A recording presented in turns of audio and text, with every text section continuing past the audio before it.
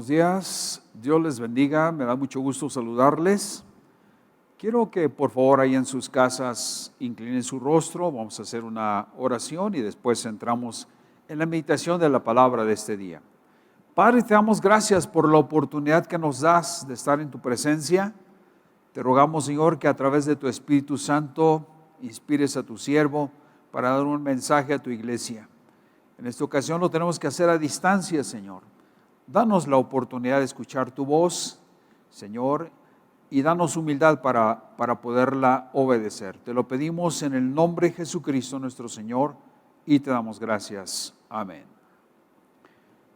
Hemos estado revisando algunos salmos de la palabra del Señor y el día de hoy tengo un salmo más que revisar juntamente con ustedes. Es el salmo número 62. Es un salmo muy interesante porque pues fue creado en medio del dolor y de la opresión que David tenía. Las cosas se complicaron en su vida y quiero entonces, antes de entrar en el análisis de este salmo, quiero relatarte cuáles fueron las causas por las cuales de alguna manera se produjo este tiempo tan difícil en la vida de David. David estaba ya como rey, ya había estado en Jerusalén varios años y se había establecido como un rey. No había ya enemigos prácticamente que amenazaran su reino. Había algunos lugares que tenía que conquistar y era una primavera cuando esto sucede.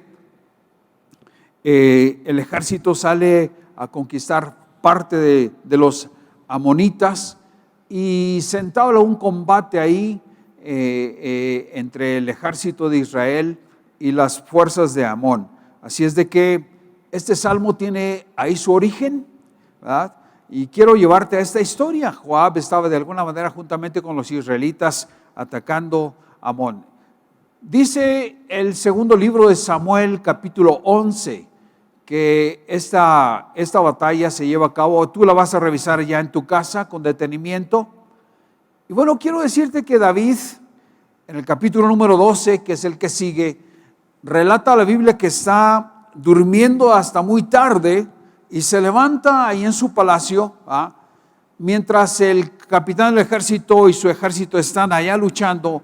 Él se quedó en su palacio y se levanta tarde y empieza a pasearse por la azotea de su palacio.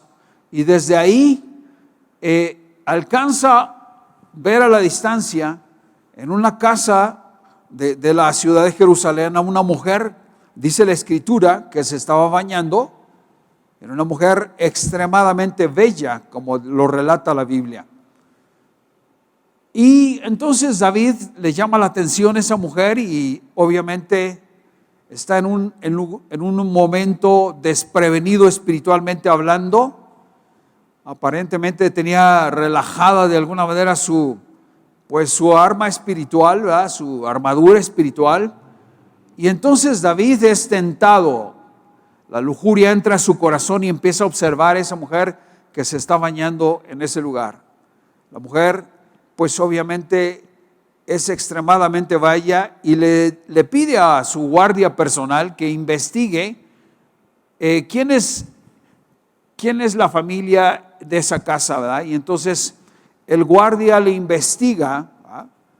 Y llega la noticia a David, le dice, esa casa es de Urías Eteo y esa es mujer de Urías Eteo y se llama Betsabé. Lo que me llama la atención es que la Biblia le dice, ¿sí?, al rey, relata la Biblia que el guardia le dice al rey que esa mujer tiene marido, o sea, es una mujer casada, ¿verdad? Como queriéndole hacer ver al rey que esa mujer no puede tomarle al rey, que tiene su esposo, ¿verdad? Pero David desprevenidamente, ¿verdad?, es tocado por la lujuria en ese momento y la manda a traer a su palacio. Y bueno, llegó Betsabé al palacio del rey, yo creo que sorprendida por esa cita, y la palabra de Dios dice que David tuvo relaciones sexuales con esta mujer. Y bueno, a mí me llama la atención porque la Biblia no es una tapadera de nadie. La Biblia nos evidencia los errores de Abraham, de Isaac, de Jacob, de los patriarcas. La vida nos muestra la Biblia nos muestra realmente cómo era la vida de todos esos hombres que intervinieron de alguna manera para poder compaginar todo este maravilloso libro. La Biblia, repito, no es tapadera de nadie. Y entonces la vida relata esta escena tan triste del rey David. Y bueno, el rey tiene relaciones con esta mujer Betsabé, que no era su esposa. Betsabé regresa a su casa y David se queda en el palacio.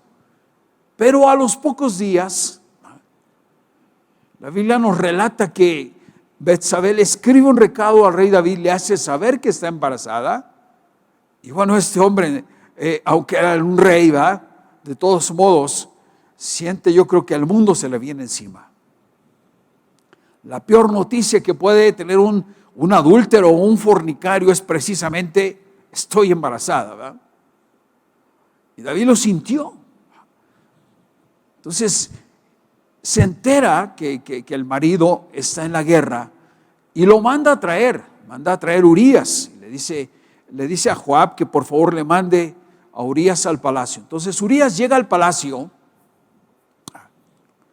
y Urías entonces es interrogado por el rey, y el rey trata de entablar amistad, yo creo, con él, y le pregunta acerca de la guerra y todo. Y entonces ese día, el primer día, ¿sí?, le dice: David, te tengo un regalo, pues qué bueno que estás en las líneas de batalla, no sé qué tanto le diría, total que le dan un regalo ahí en el palacio, y le dice esto: te sugiero que vayas, que tomes un buen banquete allá en tu casa y que te acuestes con tu esposa y que tomes un tiempo, pues tómate un break, un relax, ¿verdad? Y después regresas a la guerra. Urías entonces toma el regalo del palacio, después de platicar con el rey sale del palacio, pero este hombre era un hombre especial, ¿verdad? Dice la Biblia que no se fue a su casa, sino que Urías se quedó ahí con los de la guardia hasta que anocheciera. Yo creo que los de la guardia, pues obviamente sabían lo que había estado pasando en el palacio y guardaron silencio como debería de ser, ¿verdad?, ante el rey. Y entonces le dan un lugar para que se duerma. Y ese día se quedó a dormir ahí con la guardia, ¿verdad? Los guardias, entiendo yo, y por lo que relata la Biblia, los guardias guardaron silencio, no dijeron nada a Urías. Y entonces ese hombre se quedó a dormir ahí.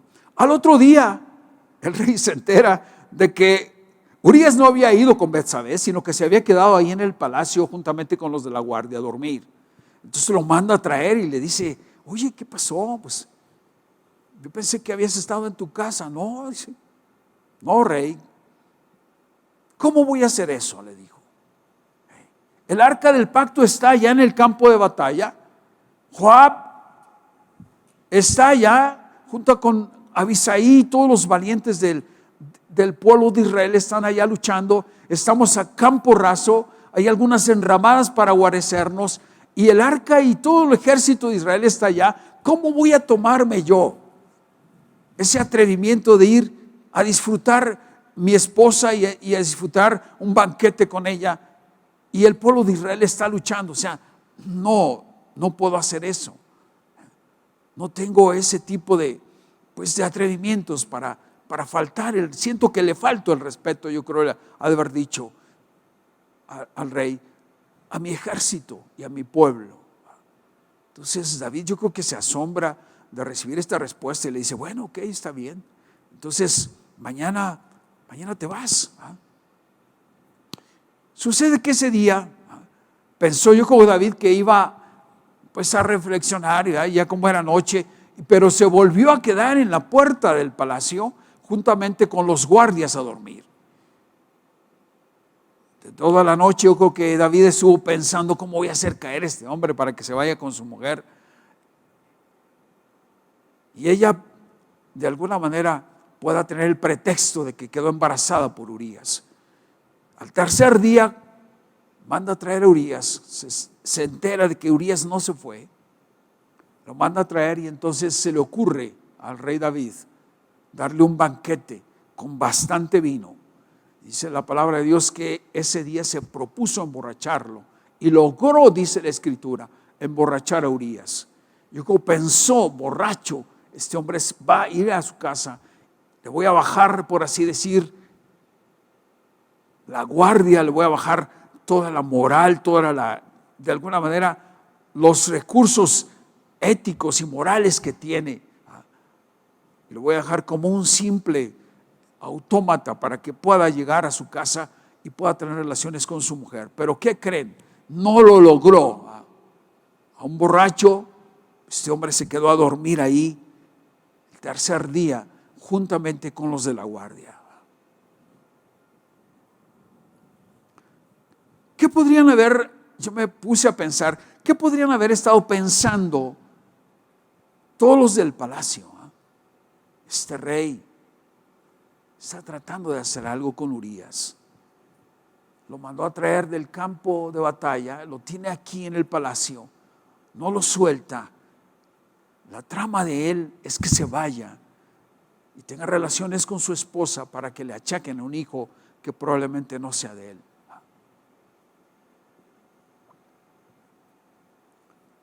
La historia a veces se repite en la vida real. Muchas veces el adúltero se esconde y tal parece ser que todos los que ya están enterados de lo que está pasando guardan silencio. Todo el mundo ya lo sabe, menos el esposo o menos la esposa, porque esto de alguna manera se trata de ocultar. Así parece ser el pecado oculto que avanza sin que pueda ser descubierto. ¿Quién podía descubrir al rey? Podríamos decir, nadie se atrevería a hacer eso. Las cosas pasan. Al otro día se entera el rey, y es el cuarto día que Urías está en Jerusalén, y se entera de que ahí estaba Urías. No se había ido a su casa, se había quedado con la guardia ahí en la puerta del palacio. Entonces el rey, desesperado, escribe un recado ahí, y le dice a Joab, capitán del ejército, ponme a Urías en el campo de batalla, en la primera línea de guerra, donde está lo más peligroso, y además lo dejan solo para que muera, ¿sí?, por la espada de los amonitas. Entonces dobla el recado y se le entrega precisamente a Urías para que se lo lleve al capitán, ¿sí?, al general del ejército de Israel. Las noticias a veces corren pronto, sobre todo cuando son del palacio. Yo creo que cuando Urías llega y se presenta con Joab y le entrega el recado, entonces abre el recado y se asombra de lo que está leyendo. Dice, qué bárbaro, qué hombre. Este hombre es, ha de haber dicho Joab, este hombre es un hombre muy especial. Algo está pasando allá en el palacio. Probablemente sospechó, no sé por qué lo quiere matar, pero este hombre trae su sentencia de muerte, la trae aquí escrita. ¿Cómo es que no abrió el recado en el camino y se dio cuenta Urías? Yo creo que cierto rasgo de compasión ha de haber tenido Joab al leer este recado. Le dijo Urías, bien, gracias, estoy enterado. Y así sucedió. Se traba el combate al siguiente día. Entonces Urías es colocado en las primeras líneas del combate. Y la palabra de Dios dice que los amonitas entonces arrinconaron a Israel, y de alguna manera Israel repele el ataque y empieza a avanzar, ¿sí?, en contra de los amonitas, y los lleva hasta huir dentro de su ciudad. Y entonces Joab, por así decir, expone, ¿sí?, a sus principales líneas de ataque, al ataque de los flecheros que están en la muralla de la ciudad de Rabá. Y entonces ahí es donde alguno de estos guerreros lanza probablemente las flechas y matan entonces a Urías. Y bueno, el combate sigue, el rey David se entera de que Urías ha muerto. Y aparentemente David dijo, qué bien, ya me quité esta pesadilla.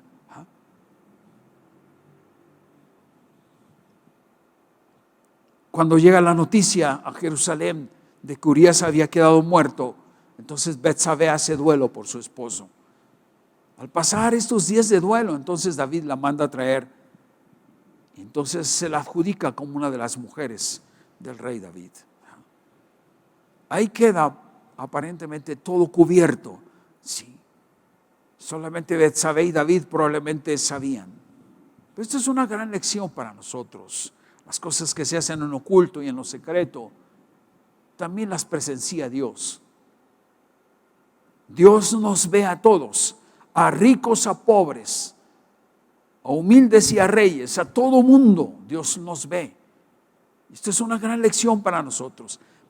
¿Por qué hice esta introducción del Salmo? ¿Por qué me llevé todos estos minutos para explicar esto? Porque quiero decirte que en ocasiones el dolor extremo, lo busca precisamente el hombre. Este Salmo número 62, 61, 62 y 63 se escriben precisamente durante la persecución que David tuvo por su propio hijo Amnón. Esto no lo debía haber pasado, estos capítulos no deberían de haber existido, pero si nosotros los tenemos registrados en la Biblia es precisamente por este motivo que te acabo de contar. David se mete con Betsabé, que era la mujer de Urías, mata a Urías, se queda con su esposo, aparentemente las cosas quedaron resueltas, pero ¿sabes qué? Dios estaba enojado contra David. ¿Cómo Dios se enoja contra David? Si es el rey. Déjame decirte algo, Dios es un Dios misericordioso, lleno de amor, pero ¿sabes qué? También Dios es un Dios lleno de justicia. Y este pecado no lo iba a poder ocultar. ¿Sí? Entonces, Dios habla con Natán, que es el profeta. Tú sabes muy bien que los profetas eran la suprema autoridad, por así decir, espiritual en un pueblo. El profeta no tenía que pedir agenda, ni tenía que solicitar que el rey lo recibiese. Si un profeta se metía en el palacio, los guardias se tenían que hacer a un lado, pero que el profeta tenía que entrar para hablar con el rey. El rey tenía que escuchar al profeta porque la palabra que llevaba era palabra de parte de Dios. El profeta Natán entra al palacio, yo me imagino que todos sorprendidos, ¿va? Que él trae un mensaje especial para el rey. Entonces empieza a narrar a David, ¿sí?, una historia. Y le dice, en un pueblo, ¿sí?, existían dos hombres, un hombre rico que tenía muchas ovejas y mucho ganado, y había también en el mismo pueblo un hombre que era muy pobre, ¿sí? Sucede que el hombre rico tenía mucho ganado y recibió de alguna manera a unos invitados que venían de lejos. Pero también en la casa del hombre pobre había una ovejita que había comprado, ese pobre había comprado una sola oveja y que la había criado juntamente con sus hijos. La oveja comía juntamente con ellos. La Biblia dice que comía de su mismo plato, bebía de su mismo vaso y se dormía en la misma cama juntamente con los hijos. Entonces David está atento escuchando la historia. Dice, pero en este pueblo llegaron unos invitados a la casa del rico y entonces como el rico no quiso sacrificar ninguna de sus ovejas, entonces fue a la casa del pobre, le quitó la oveja al hombre pobre y sacrificó la oveja del hombre pobre para darle de comer a sus invitados. Cuando estaba narrando esto, el rey David se levantó y dijo, juro por Dios mismo que el que cometió tal cosa, ese hombre merece la muerte. Y entonces Natán le responde, ese hombre eres tú, le dijo al rey. Sí. Porque teniendo tantas mujeres en el palacio, no te pudiste satisfacer con ellas, sino que fuiste y trajiste a Betsabé para tener relaciones con ella. Y mandaste a traer Urías del campo de batalla para tratar de ocultar tu pecado. Pero como Urías no lo hizo, no tuvo relaciones con ella, entonces lo mandaste a matar. Y le describe lo que el rey había cometido. Entonces el rey se queda sorprendido, porque los ojos de Dios habían registrado absolutamente todo. Al quedarse totalmente desmantelado, David se humilla ante Dios y le dice: he pecado contra Dios, dijo. Y entonces estas son las palabras que se suscitan en este salmo. Este es un salmo que de alguna manera tiene ese origen. Quise hacer esta introducción porque este salmo nos hace entender que los hombres tenemos una gran responsabilidad en nuestras casas. La palabra de Dios dice que los hombres somos la cabeza de la casa, ¿sí? Y cuando a un hombre se le ocurre tener este tipo de aventuras, aparentemente las tapa, las cubre, pero las consecuencias quedan, como nos damos cuenta en lo que estamos analizando con David. Cuando yo me he fijado que cuando un hombre comete este tipo de pecados, entonces abre la puerta, ¿sí?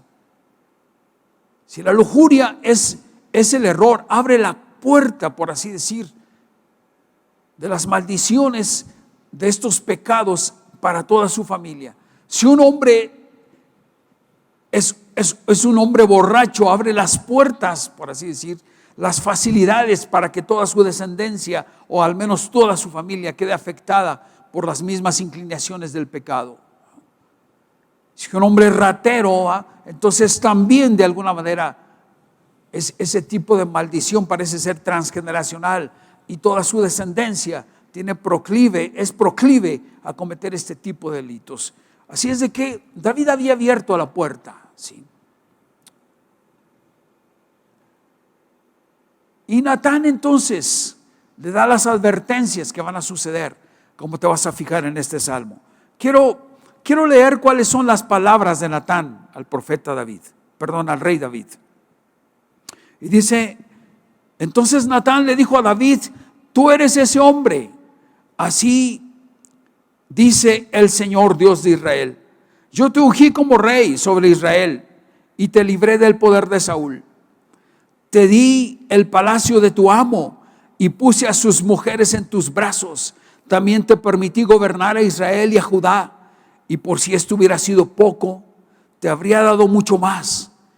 ¿Por qué entonces despreciaste la palabra del Señor, haciendo lo que le desagrada?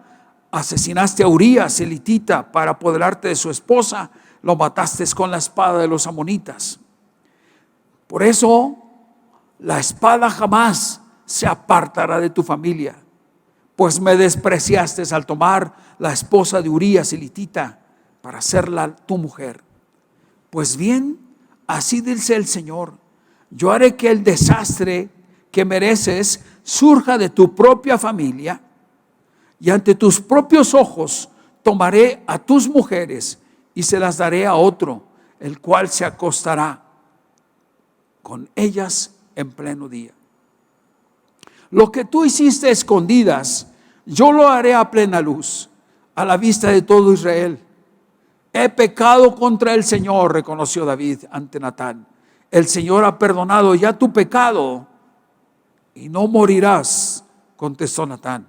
Sin embargo, tu hijo sí morirá, pues con tus acciones has ofendido al Señor. Qué tremendo. Esto nos llama la atención. Dios es un Dios justo. No importa el grado académico que tú tengas, No importa el dinero que tú llegues a acumular. No importa la posición que tú tengas en la iglesia. Dios es un Dios justo. Y Él ama la justicia. Y ama la verdad. Este es un mensaje probablemente para muchos varones y muchas mujeres que están escuchando.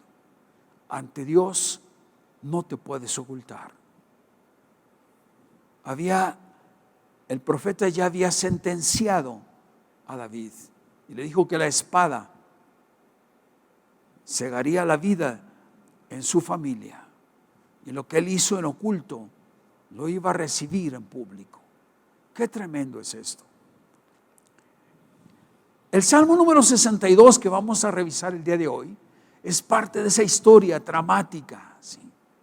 Quiero decirte que entonces en el siguiente capítulo, ¿sí?, el capítulo número 13 del segundo libro de Samuel, empiezan los desastres. En el 12 se relata lo que Natán y David hablaron, pero en el siguiente capítulo empieza el desastre. Y entonces uno de los hijos de David, se entiende que era el hijo mayor, que era Amnón, se mete con su media hermana Tamar, ¿sí?, la fuerza, y Tamar le dice a su medio hermano Amnón: no, por favor, espérate, no, finge estar enfermo, como vas a revisar en ese capítulo.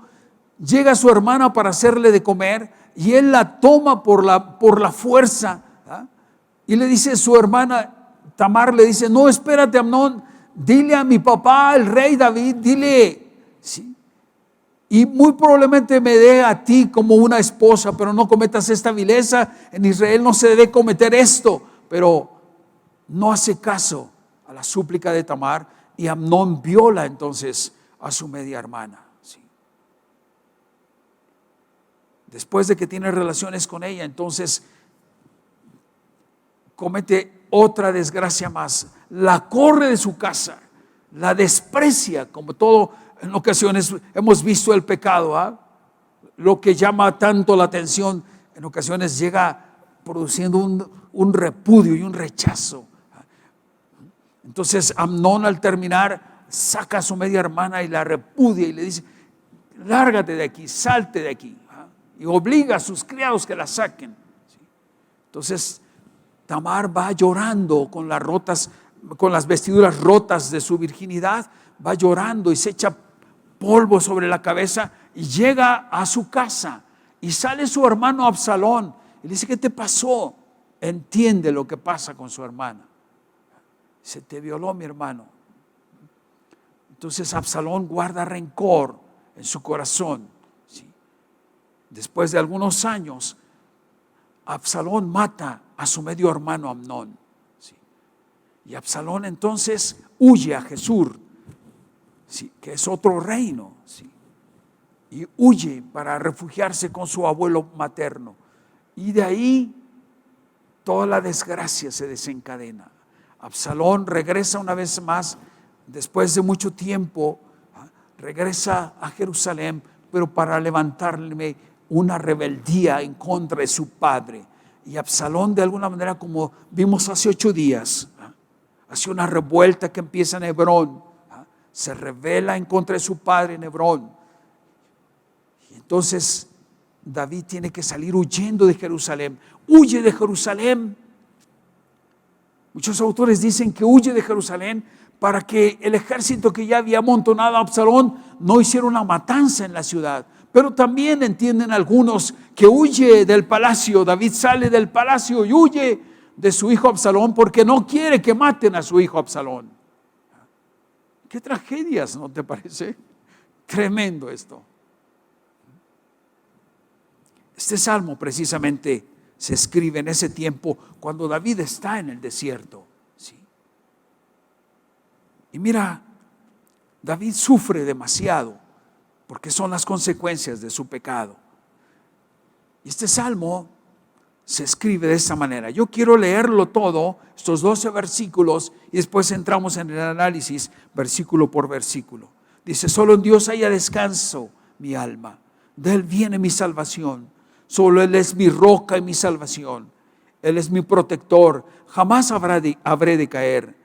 ¿Hasta cuándo atacarán todos ustedes a un hombre para derribarlo? Es como un muro inclinado y como una cerca a punto de derrumbarse.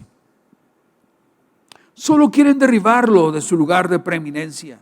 Se complacen en la mentira, bendicen con la boca, pero maldicen con el corazón. Solo en Dios haya descanso mi alma, de Él viene mi esperanza. Solo Él es mi roca y mi salvación. Él es mi protector y no habré de caer. Dios es mi salvación y mi gloria. Es la roca que me fortalece. Mi refugio está en Dios. Confía siempre en Él, pueblo mío. Ábrele tu corazón cuando estés ante Él. Dios es nuestro refugio. Una quimera es la gente de humilde cuna y una mentira la gente de alta alcurnia. Si se les pone juntos en la balanza, todos ellos pesan una nada. No confíen en la extorsión, ni se hagan ilusiones en sus rapiñas. Y aunque se multipliquen sus riquezas, no pongan el corazón en ellas. Una cosa ha dicho Dios y 2 veces lo he escuchado: que tú, oh Dios, eres poderoso, que tú, Señor, eres todo amor, que tú pagarás a cada uno según lo que se merezcan sus obras. Y bueno, este salmo lo escribe con una gran tristeza, porque está allí en el desierto de Judá. Está acampando ahora en enramadas juntamente con sus hombres. Y hay un dolor tremendo en su corazón. Cuando tú revisas el libro de los Salmos, te vas a encontrar con pasajes que no te vas a poder explicar, hasta que puedas de alguna manera buscar el contexto en el cual se estuvieron escribiendo. Por eso hice esta introducción, este relato histórico que antecede al Salmo. Aquí hay palabras de desconsuelo, palabras de sufrimiento. David tiene que estar, yo me imagino ahí, sin las comodidades del palacio. No sé si tú alguna ocasión hayas acampado así y te hayas quedado así a campo raso. Todo nos hace falta. ¿Sí? Nos hace falta el agua, nos hacen falta nuestras comodidades para poder vivir pues de una manera honorable. Y David estaba en esas circunstancias juntamente con sus hombres. David tenía un dolor profundo porque él sabía muy bien que estas eran las consecuencias de sus inclinaciones perversas. Y se humilla ante Dios. En este salmo se humilla ante Dios. Y muchos dicen que el salmo número 51 se produce precisamente pidiendo perdón a Dios y humillándose ante Dios. Pero después del 51 sigue este salmo, que es el 62, en donde él probablemente entiende que no se puede escapar de la justicia de Dios, y entonces recibe la presión de la gente y la confrontación de mucha parte del pueblo. Él siente esto y escribe este salmo. Dice: solo en Dios haya descanso mi alma, de Él viene mi salvación.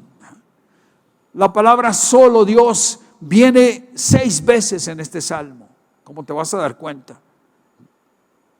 Solo en Dios. Y es que obviamente no tenemos otro lugar a donde recurrir más que al Señor. Y dice descanso para el alma del ser humano. En la versión 60 dice: en Dios solamente está acallada mi alma. Quiere decir, está guardando silencio solamente en ti, Señor. Y reconoce que la salvación solo puede venir de parte de Dios. Dice: viene mi salvación también de parte de Él. Solo Él es mi roca y mi salvación, y Él es mi protector.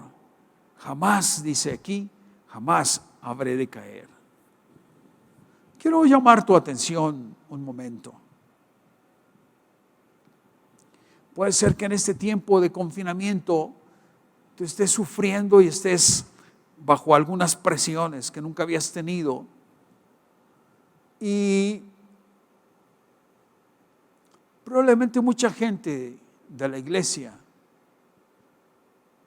ha sido llamada en lo secreto para considerar su vida. Y muchos a lo mejor hemos estado reflexionando sobre lo que ha acontecido con nosotros en nuestra vida. Yo espero que la iglesia, en lugar de olvidarse del Señor, en este tiempo sean momentos y días de reflexión profunda sobre lo que ha pasado con nosotros, sobre de qué manera hemos ocupado nuestro tiempo cuando hemos asistido a la iglesia, de qué manera hemos venido a la casa de Dios para recibir sus advertencias. Probablemente tú tenías trabajo y ahora no lo tienes. No quiero decir que estés sufriendo como David por pecado, pero sí, yo creo que algunos se sentían tan seguros de su posición económica y habían fincado de alguna manera toda su fortaleza en eso, que a lo mejor Dios tuvo que movernos para poder que nosotros reflexionáramos que el dinero no lo es todo, ni la salud, ni nuestras posiciones. Yo creo que Dios está hablando de una manera profunda al pueblo. Yo espero que no dejes de escuchar la palabra de Dios. Me preocupa, ¿sí? Porque en lugar de aumentar, las visitas a la página de la iglesia han estado disminuyendo. Yo sé que no predico bien, pero no te vengas a fijar en cómo lo hago. Yo quisiera hacerlo mejor, créemelo. El esfuerzo que yo hago, le he dicho a la gente que está cercana, para mí es doble por no tener nadie quien interactúe conmigo. Yo solo tengo que emocionarme con la palabra de Dios. Yo solo tengo que considerar sus verdades aquí. No es lo mismo estar solo que con la presencia de la iglesia. Pero aún así le pido a Dios gracia para poder estar aquí.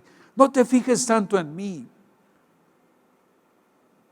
Reflexiona en este tiempo allá en tu casa. No dejes de escuchar la palabra de Dios, te repito. Y busca cómo estás viviendo. Porque probablemente ha sido, si no un tiempo de desesperanza como lo que tuvo David, pero sí yo creo que ha sido un tiempo en donde tú necesitas una palabra de aliento. Yo espero que Dios la tenga en este tiempo. David no recurrió a la riqueza, no le lloraba a su palacio, no le lloraba a las toneladas de oro que había dejado, a las mujeres que había dejado allá en su palacio. David estaba preocupado por conservar su relación con Dios. Y él, fíjate lo que dice, ¿sí? Solo, dice el versículo 2, dice, solo Él es mi roca y mi salvación, Él es mi protector, dice, jamás habré de caer. ¿Sí? Me llama la atención, porque David no está pensando en regresar, David está preocupado por mantener su relación con Dios. Ya en el Salmo 51 había pedido perdón. Ahora está buscando la intimidad con Dios, aquella que tanto extrañaba, ¿sí? Está tratando de reconciliar una vez más con Dios y ganar el favor de Dios. Reconoce que no le había servido la fama. Reconoce que nadie había desobedecido al rey, nadie lo había de alguna manera recriminado, pero él reconoce que aún con todo su poder, él no había podido estar jugando con Dios. Y reconoce que Dios es un Dios justo, pero que también Dios es el único refugio que puede tener el salmista David. Dice aquí, fíjate lo que él dice. Él es mi roca, dice. y mi salvación. Él es mi protector y jamás habré de caer. La palabra roca nos identifica como un lugar de firmeza y de estabilidad. Y la salvación de Él y la nuestra, dice, no, la salvación no solo viene de Dios, sino que Dios mismo es nuestra salvación. ¿Sí? Él reconoce que su salvación viene de Dios y es de Dios. Quiero decirte que los problemas, claro que van a venir problemas. ¿Sí? Los problemas los tiene David también y los tenemos nosotros, pero él reconoce, como dice la última parte del versículo, jamás habré de caer. ¿Sí? El cristianismo no es una panacea. Reconocemos que vamos a tener problemas, pero la gran bendición que tenemos es de que el Señor no nos hará caer. Va a estar con nosotros en medio de los problemas. Y dice, ¿hasta cuándo atacarán todos ustedes a un hombre para derribarlo? Es como un muro inclinado, como una cerca a punto de derrumbarse. ¿Sí? Así es como él se percibe. ¿Sí? Dice, ¿hasta cuándo se van a cansar de criticarme, de perseguirme? ¿Va? Como vimos la semana pasada, Absalón había almacenado 3 cosas: falta de perdón, ¿sí? No perdonaba a su padre porque había sido de alguna manera un adúltero, ¿sí? Él debería haber muerto según la ley y no había quien lo pudiera tocar. Aún Dios lo había perdonado y Absalón eso no lo perdonó nunca, ¿sí? Tampoco perdonó que Amnón violara a su hermana Tamar. Y vimos eso. Había acumulado falta de perdón, había sido orgulloso, y el tercer dardo que se clavó en su corazón fue la rebeldía. Absalón encabeza esta rebeldía en contra de su padre y entonces lo expulsa del palacio, por así decirlo, lo saca de Jerusalén y lo persigue.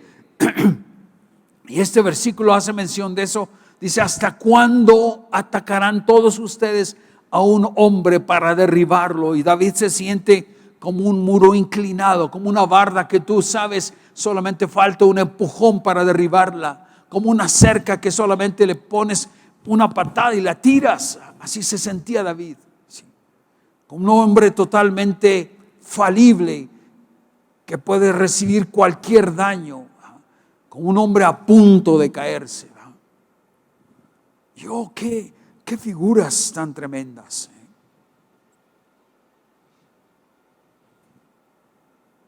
En este tiempo de pandemia, quizás las podamos comprender más.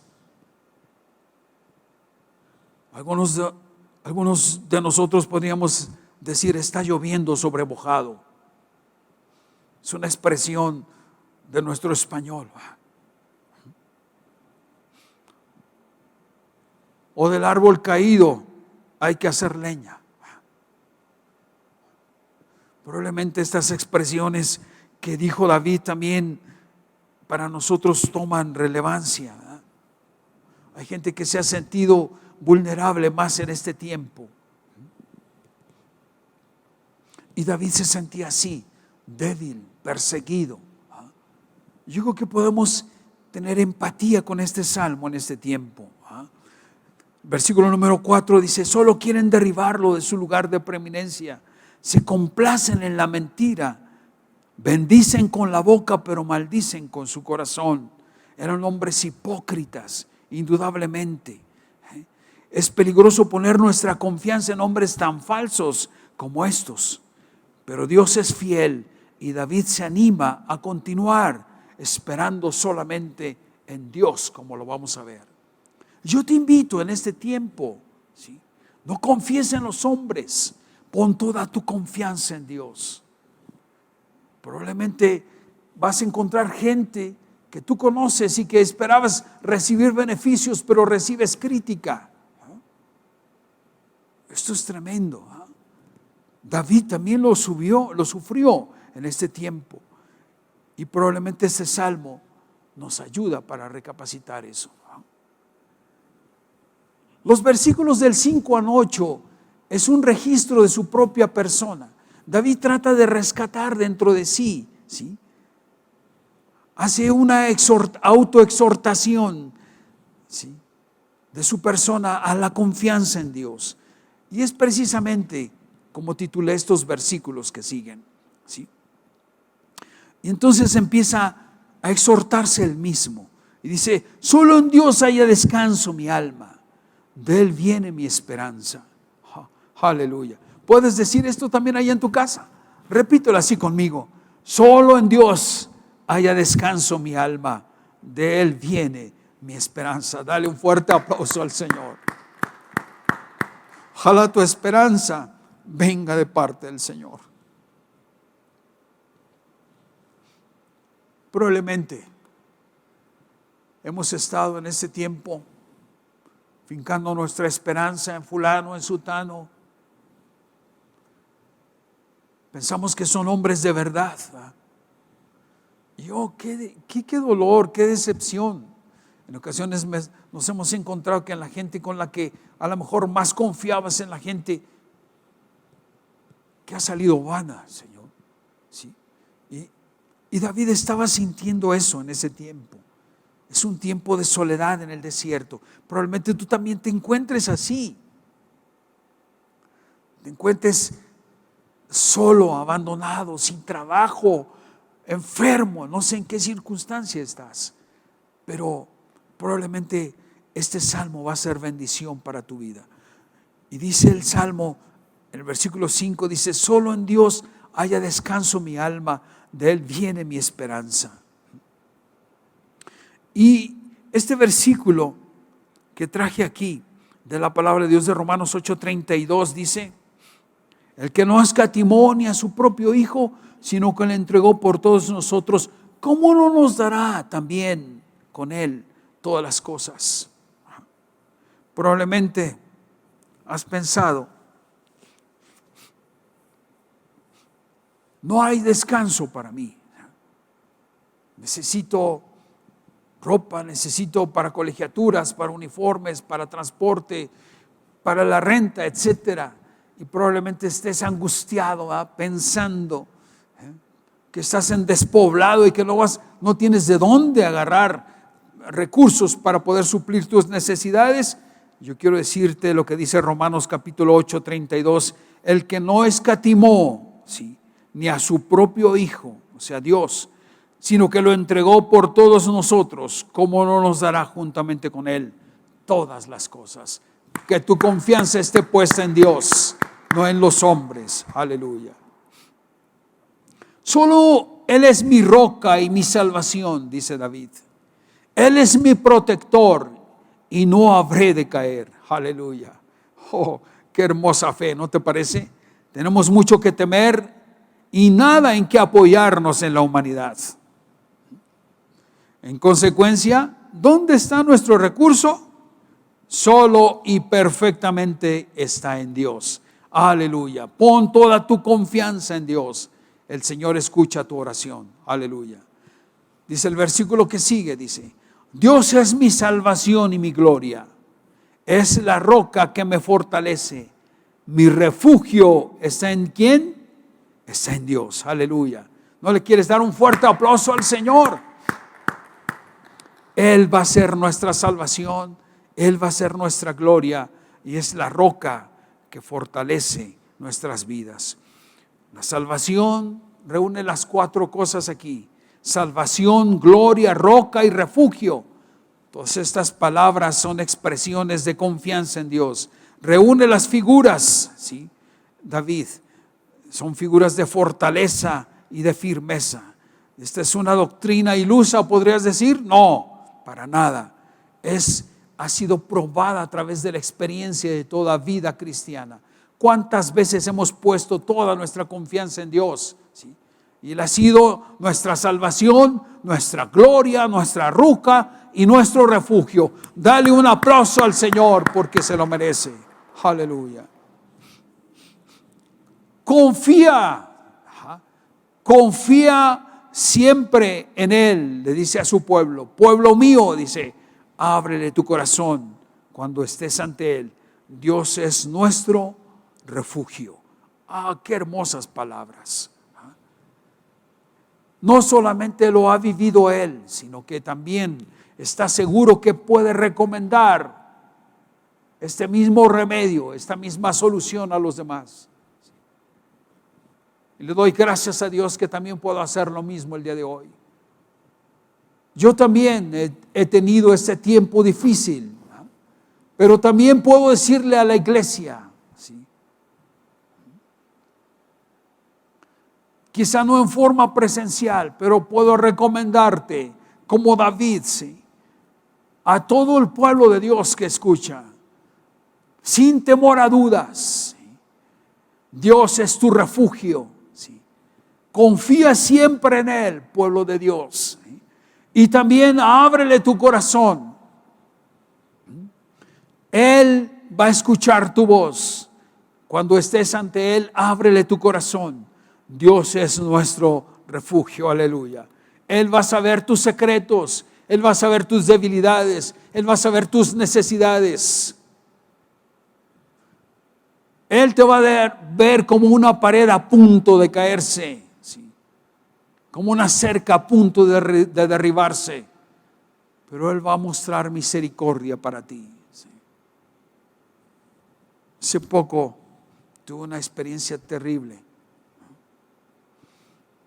Vi como un hombre, aprovechándose de las necesidades, ¿sí?, de la gente, exigía la renta de los meses atrasados. Como las personas no podían pagar, entonces se empezó a hacer cuenta de lo que costaba cada una de las cosas que tenían ahí. Estaba dispuesto a quedarse con todo, a dejar sin muebles, sin lecho, sin cama, ¿sí?, a los pobres.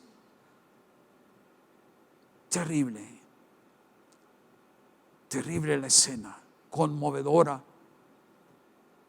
en extremo, ¿sí?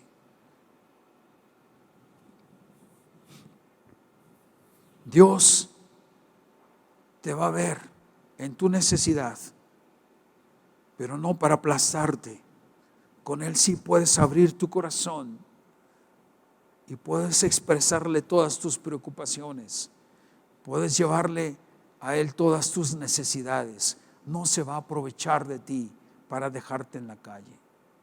No sé si tú hayas escuchado esto, pero alguna ocasión me tocó escuchar eso.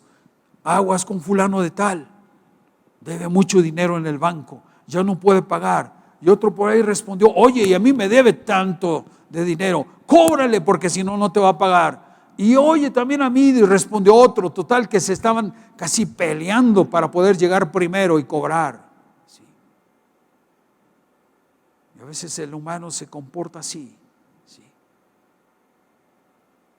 Se amontonan sobre el necesitado. La palabra de Dios tiene sentencias para eso. Dice, no toques en la puerta del necesitado.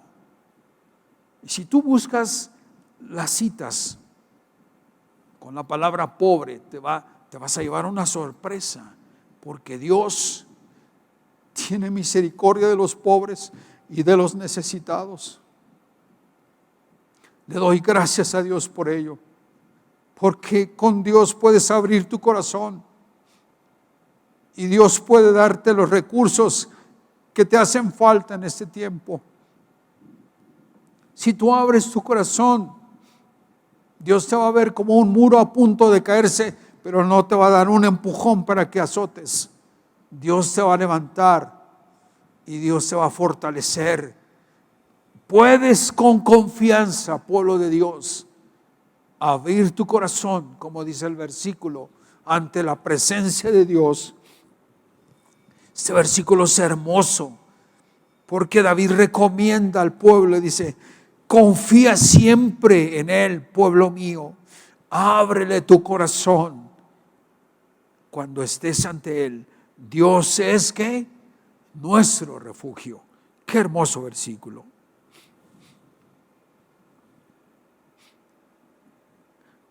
Estos son los últimos versículos del Salmo. Y el rey explica los motivos por los cuales tiene la confianza puesta en Dios. El 9 dice, una quimera, dice David, es la gente humilde, de humilde cuna, y una mentira a la gente de alta alcurnia. Si les pones juntos en la balanza, todos ellos pesan nada. ¿Sí? ¿Qué nos quiere decir esto? Que son una ilusión, una ficción, una fantasía, una fábula. La gente que tiene dinero, ¿sí? Y dice ahí la palabra de Dios en Jeremías 7:5.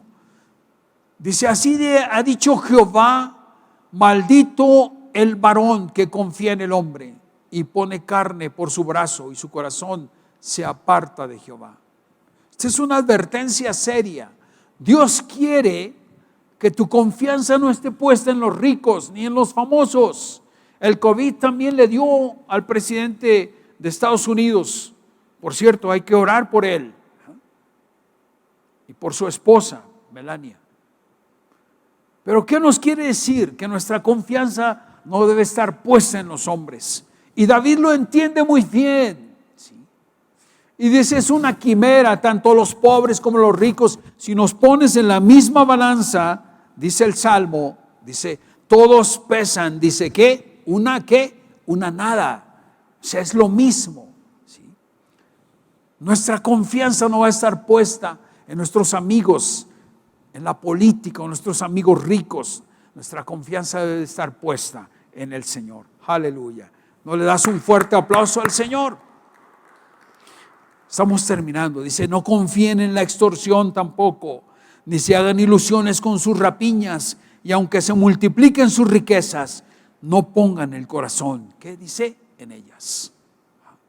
En estos tiempos de necesidad, tal parece ser que este salmo acomoda muy bien a nosotros, porque muchos se han ido hacia la rapiña, hacia la extorsión, ¿va? Pensando que de esa manera pueden hacerse ricos y solucionar sus problemas. Pero el salmista nos dice el día de hoy, no confíen en la extorsión, ni se hagan ilusiones con sus rapiñas, aunque se multipliquen sus riquezas, no pongan el corazón, ¿qué? En ellas. Y bueno, yo le doy gracias a Dios que tú tienes una buena instrucción de la palabra de Dios. Tu confianza en este tiempo, por ningún motivo, va a ser en el hurto, en la rapiña o en la extorsión, como dice aquí la palabra de Dios. Nuestra confianza va a estar puesta en el Señor. No confiemos en las riquezas que muchas veces se ganan mediante la violencia y la rapiña, como está escrito aquí. Vamos a poner nuestro corazón en el Señor. Aleluya. Una cosa ha dicho Dios y 2 veces lo he escuchado, que tú, oh Dios, eres ¿qué? Poderoso. Aleluya. ¿Lo puedes repetir ahí en tu casa? ¿Qué dice? Una cosa ha dicho Dios y 2 veces lo he escuchado, que tú, oh Dios, eres ¿qué? Poderoso. Dale un fuerte aplauso al Señor. Él mantiene los astros en el espacio. Él fácilmente te va a mantener a ti en este tiempo de pandemia. El Señor es todopoderoso, aleluya. Esta es una expresión maravillosa, que repite, ¿sí?, el poder del Señor y habla acerca de la providencia que hay en su palabra. Este es el último versículo. También he escuchado, David, que tú, Señor, dice, eres, ¿qué dice ahí? Todo amor, que tú pagarás a cada uno según lo que merezcan, ¿qué? Sus obras.